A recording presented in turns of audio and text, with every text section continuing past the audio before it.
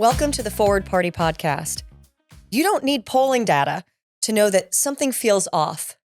Americans feel it in gridlock, frustration, and the sense that no matter who wins, not much changes. So what's actually driving that, and what would it take to fix it? We're joined today by Chuck Todd, longtime political journalist and former moderator of Meet the Press. Thank you, Lindsay. Thanks for having me. We're thrilled to have you here. So what are people feeling right now? What is, it is palpable, isn't it? Right? I think it's sort of distrust. There's a bit of doom and gloom because you've got this fear of the future feels blurry, right? It doesn't feel optimistic at the moment because of AI.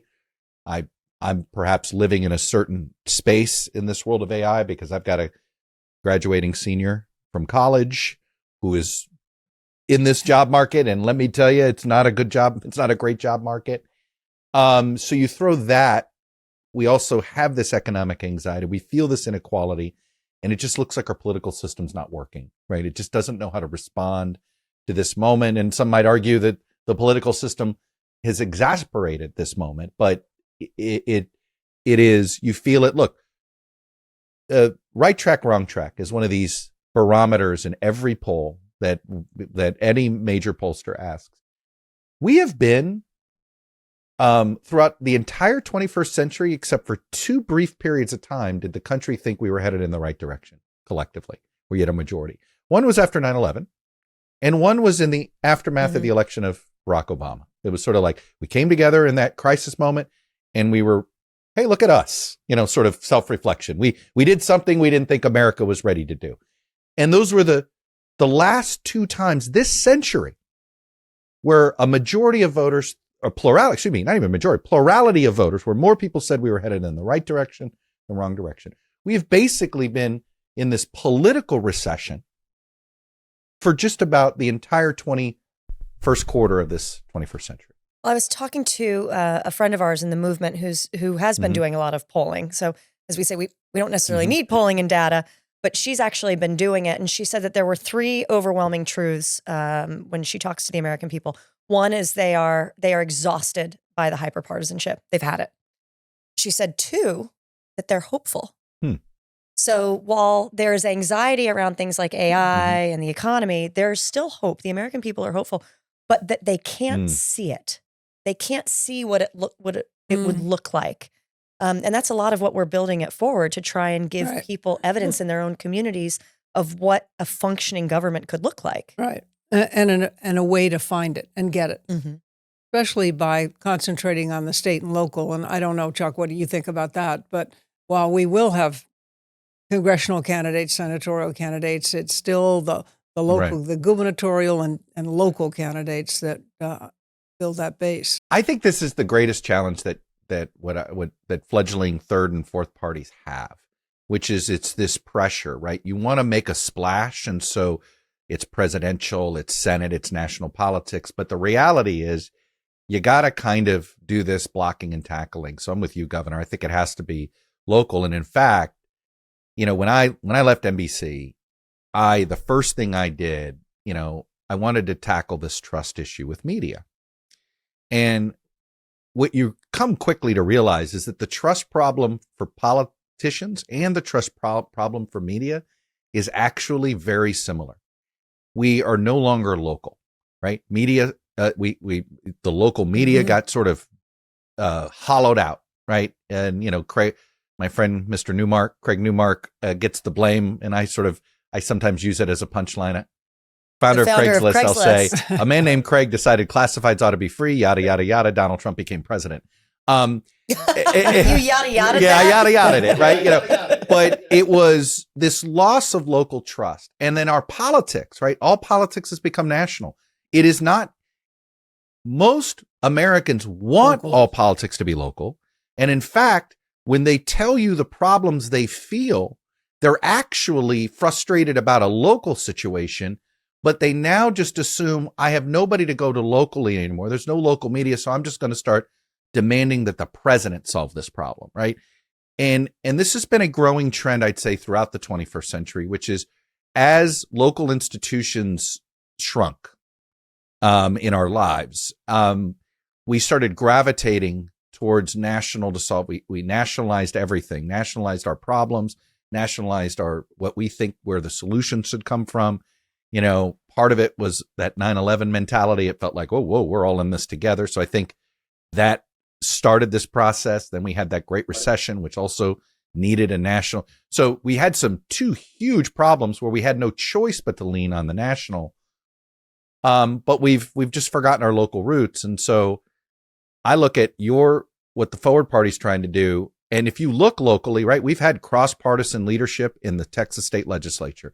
We've had cross-partisan leadership in places like Minnesota. It's come close in a place like Arizona. There are the unicameral legislature in Nebraska is always kind of interesting.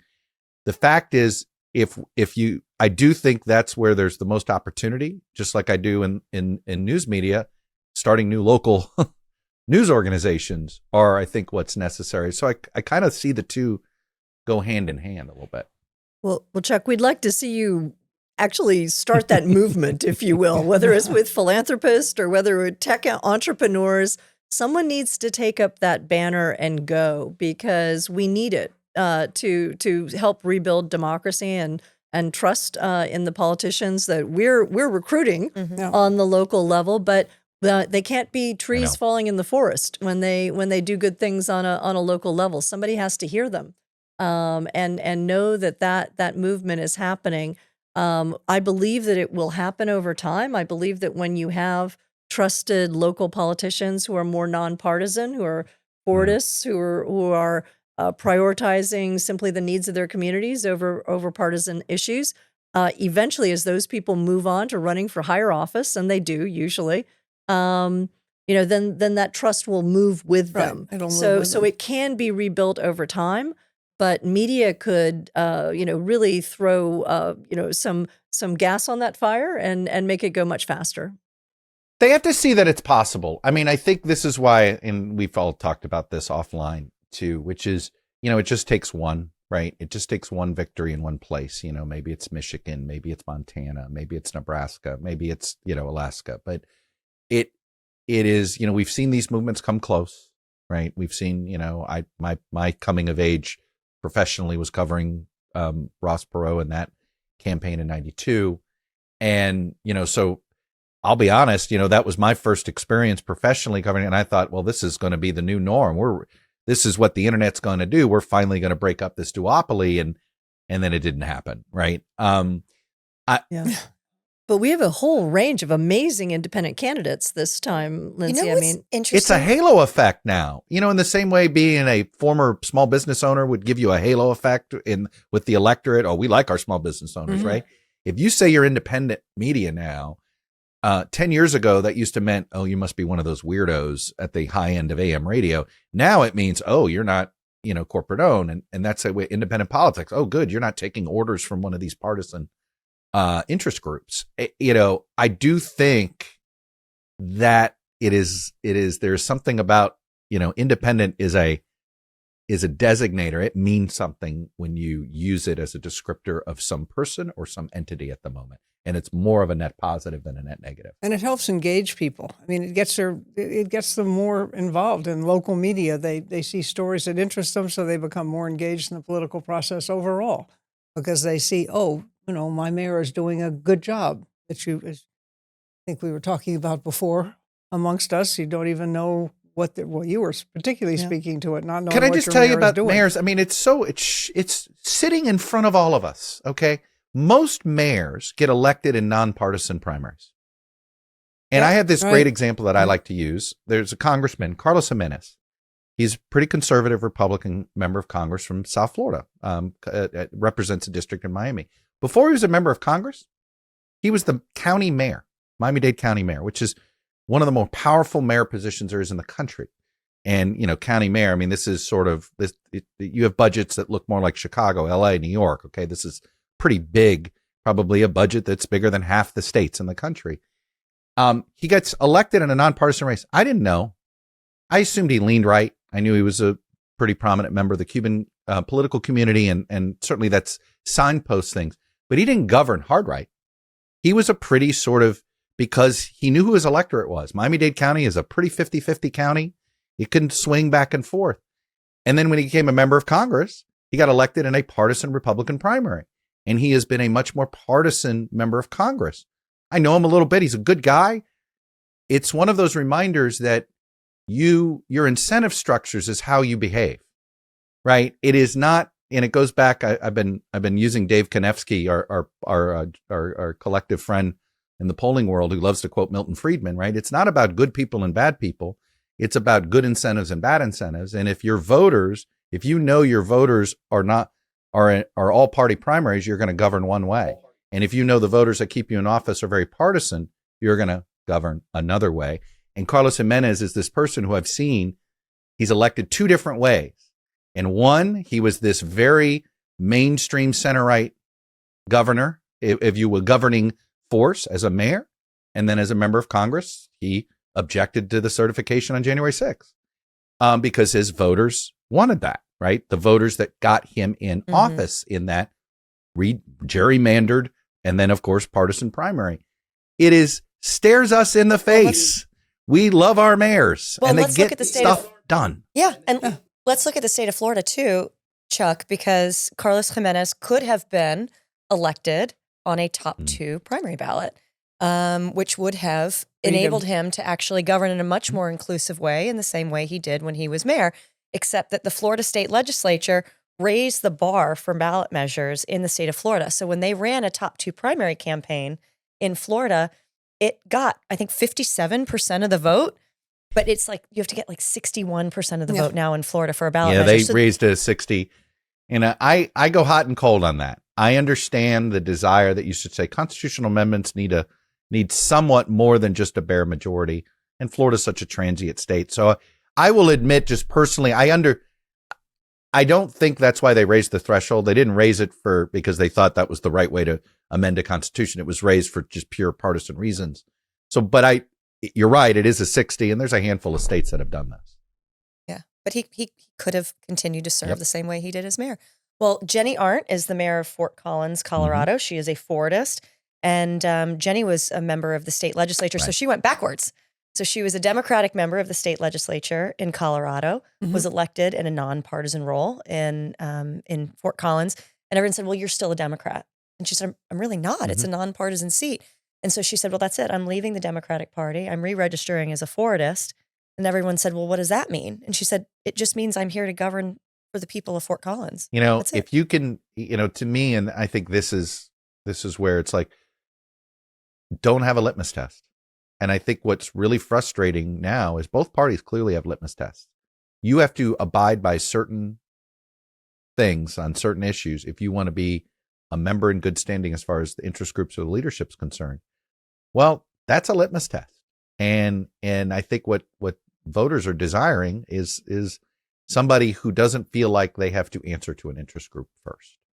I mean, we do have litmus tests, but they're really broad. They're supporting the Constitution. I think that's a fair litmus test. They're being it's sort ethical. of like, this is working with others and we solve problems. Yeah, willing to work with others to solve problems using facts, data, things like that. One more thing, because I wrote this and I saw a bunch of people reacted to it in a positive way. So now I'm like, I need to repeat this more, which is, and we in the press have done generally a poor job at describing moderation. I have always viewed the word moderate as temperament. I'm looking for a politician who is moderate in temperament. And, that doesn't mean they're not ideologically conservative or ideologically liberal. But what they are is they're incrementalists, right? They kind of know you got to bring everybody along, right? It's moderate in temperament. And I do think that the more folks realize that this is almost about temperament and character as it is about ideology, arguably even more so, I think that's when perhaps we can rebrand this idea. This is not about it's not about middle ground to just get 50-50 on each side. It really is more of an attitude that you take in an approach. Yeah. And I think that attitude that needs to be reflected is one of respecting each other's human dignity. Really genuinely viewing the other person, whoever the other is, as real, as human. and as deserving of respect as a person. And you may absolutely strenuously disagree with their ideas, not have any agreement about how to reach that endpoint that you both are striving for, but that you have to do it in a respectful way. And I think it's the breakdown of mutual respect that has allowed us to become as polarized as we are. It's the dehumanization of the other that has really pulled us apart. So again, just starting to do things, as you say, with a moderate temperament, which would never allow you to dehumanize another person, would go a long way toward making it possible for us to actually talk about some of the really big issues, some of the very genuine concerns we have in this country. I tell you, everything I've attended with you guys have been a part of, I'm just marvel at. There are literally people that were Sanders supporters, there were Ted Cruz supporters, there are Joe Biden supporters, there are Rand Paul supporters, but it really is character and temperament that brings everybody together there. It really, more than any, I think that for me, that's what I feel like I get the most when I'm at one of your events. My hope is that when someone hears the word forward party candidate, they think about that person's character.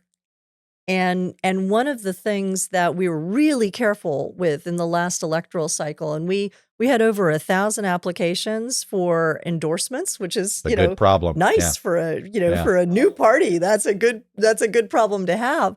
But we only ended up endorsing about 125 candidates, and the reason was because we were very strict about how were they treating other people on their social media accounts, how were they approaching problem solving? What kind of person would, if that's the only forwardist you ever met, who would you think the forward party was?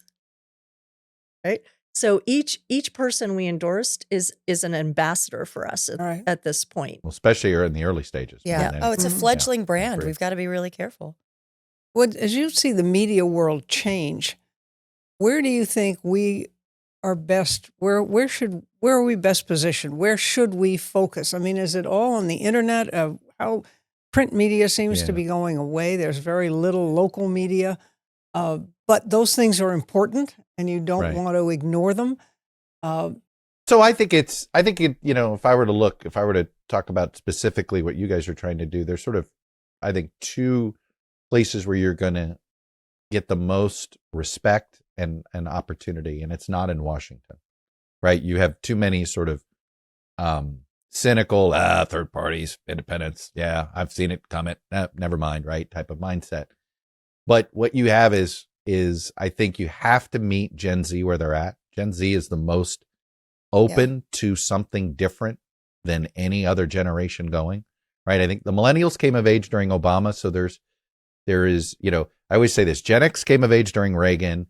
Millennials came of age during Obama. So there's a pull in both of those generations. You can feel it, right? There's a right-leaning pull of Gen X. There's a left-leaning pull of millennials. Gen Z came of age in the beginning, or basically late stage Obama, beginning Trump, right? And they do not like what they've seen. So where they are is where forward has to be. That's going to mean being on gaming platforms and a lot of these places that, frankly, I'd be uncomfortable going to. Okay. I've never spent time on a Twitch stream, and I guess I need to understand it better, right? Certainly for young men who are registering as independents at huge numbers, right? They don't like where the parties are. So I think you got to be there. But I think this fledgling local media that we're starting to see, the new local media, the reason I would concentrate on that too is the local media startups, whether it's, there are a lot of derivatives of the Texas Tribune is sort of the model that a lot of other organizations are trying to follow, right? It's somewhat nonprofit, but you can create memberships and advertising and all sorts of things.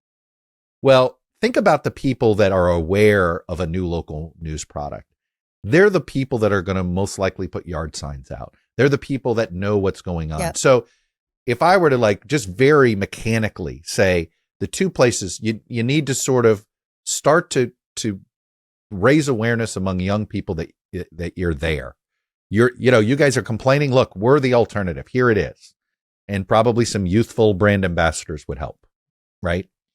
And then the local media space, which again, it's a bit of an older crowd, but it is the pay attention crowd, right? Governor, I know you know this really well, right? Yeah, the smaller the community paper is, but the more read it can be sometimes, right? The more focus there is on it. And I think you can get sort of outsized attention for what you're up to in those publications. So that would be the sort of the two places I'd lean into. Because again, Washington, I've got some thoughts, and Lindsey and I have brainstormed about some thoughts to sort of go viral in DC with a little bit of humor and satire and stuff. But the DC crowd, it's going to be, until there's a breakthrough, they're not going to take this seriously yet. Mm-hmm. What, talking about the Texas Tribune model, what are you hearing from philanthropy and big institutional philanthropy in terms of wanting to prioritize building structures to scale local media? So there is, you got MacArthur, the two big philanthropic entities in the news media space are MacArthur, which is based in Chicago. They have something called Press Forward, an initiative, and they've got a decent chunk of change. They've pledged $500 million for startups around the country. And the Knight Foundation is still a pretty big one as well. They're based in Miami. And then you have some regional players in Chicago. There's something called the Joyce Foundation, and there's certainly Lorraine Powell Jobs and Mackenzie Scott have both also been very philanthropic in the space. But there's a little fatigue. One of the things, I know it's been a challenge for my friends at the Texas Tribune. They passed their 10th birthday, and you got to have a sustainable revenue model. So there's a little bit of I just would call it fatigue with trying to get it up and running. And so I've been I know I want to find a for-profit model that works. Whether it's coming up with new ad networks and stuff. And that's because eventually you can't just hope you can, have your news organization supported by viewers like you, right? And listeners like you. There's only so much of that. And by the way, the gutting of government funding of public media has then put public media in competition with local news startups. So there's a little bit of cannibalizing there, right? And so I look, in some markets, public media is trying to work with the new fledgling local news startups and see if they can work together there. So you have a little bit of that issue. And then the other challenge that's coming is the big Tegna Nexstar merger is going to do for local TV news what newspaper consolidation, happened in the 90s and the aughts. And there's going to be an even greater gutting of local news as any of the overlaps between those markets basically get put into something called duopolies, and which means that you may have one, they already have it in Miami where the same company owns both the affiliate for ABC and the affiliate for Fox. They only make one newscast now on two different channels. That's like the Sinclair model, right? It's happening everywhere, and it's this consolidation. Yeah. And the good news is for local news startups, it's an opportunity, but it does sort of, it adds more questions to the market. And that's why philanthropy has been not as generous as they were, say, in Trump 1.0 to help these local news startups. Chuck, I've been wondering a lot about how AI will either help these startups, these local startups succeed, or is it just going to accelerate people's dependence on their phones and on some sort of amalgamated news feed that doesn't really benefit anyone? So I look at AI and I think these AI models have to get new information for them to succeed, right? So I think at some point, news proprietors are going to realize that actually, no, if they don't exist, AI doesn't have anything to learn from, right? They don't have any new learning material to program them. I think what it's going to do, my theory on the AI is that it's going to put a premium on live.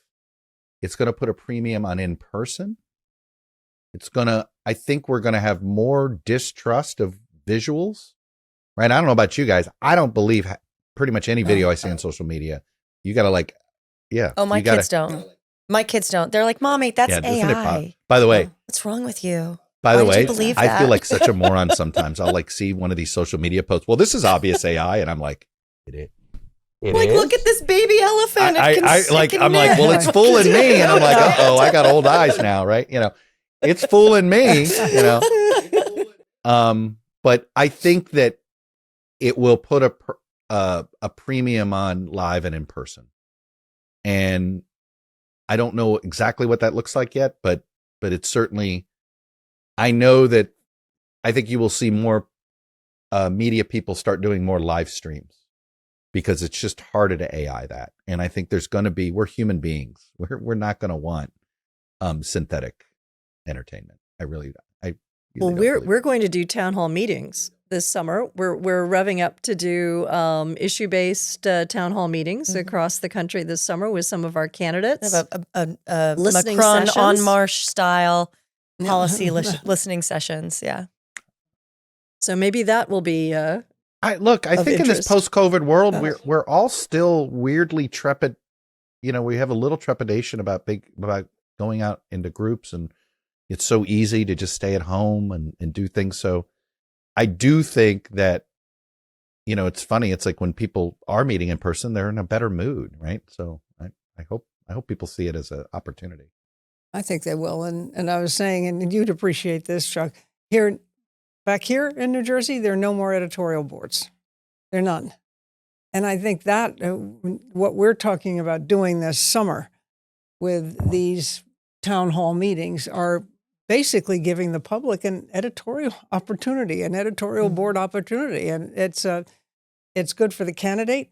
You have to rethink some things, and you have to rethink how you say them and relate to the people, and good for the people. But I mean, that kind of thing to me is just appalling. It's such a change, and we're all losing because of it. So whatever you can do with local media, I think is extremely important. But well, you pointed out a good example. To me, that's how you should shape an editorial. Your editorial board should be of the community. And look, not every community is culturally liberal, and not every community is culturally conservative. I do think a good editorial board is representative of their community, whatever the community looks like. And that's that local news needs to be shared experiences, right? That should be the glue, not the way it was in the 19th century when every town had a different news organization associated with a different political party or ideology.